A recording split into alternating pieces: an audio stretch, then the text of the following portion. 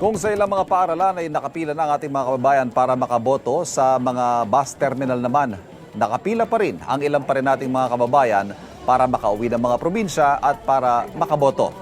May unang balita live, si Bam Alegre. Bam! Magandang umaga. May ilang mga biyahero dito sa EDSA Cubao na ngayon pa lang bumiyahe at sisikapin nila na makaabot sa kanilang mga probinsya para makaboto ngayong araw.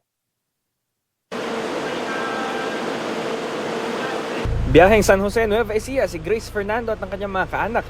Hinagahan na nila para makaiwas sa traffic pero tila tatanghaliin din sila sa pag-uwi. Dahil wala pang sasakyan sana nilang bus. Umaasa silang aabot sa barangay at sangguniang kabataan elections ngayong araw. Medyo matatagalan po. Gaya po niyan, kakalis lang po ng isang bus.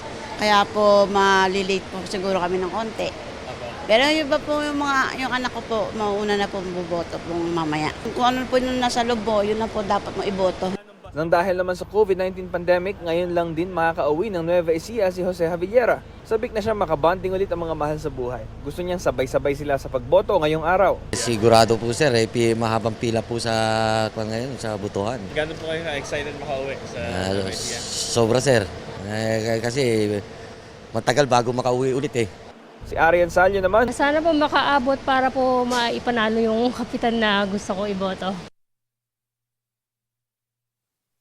Mas marami ng mga biyahe nakaalis kanina madaling araw. At yung oras na ito ay mas banayad. Yung sitwasyon dito sa terminal na ito sa EDSA Cubao, mas madaling makakasakay kung ngayon bibiyahe. Ito ang unang balita mula rito sa EDSA Cubao, sa Quezon City. Bam Alegre para sa GMA Integrated News.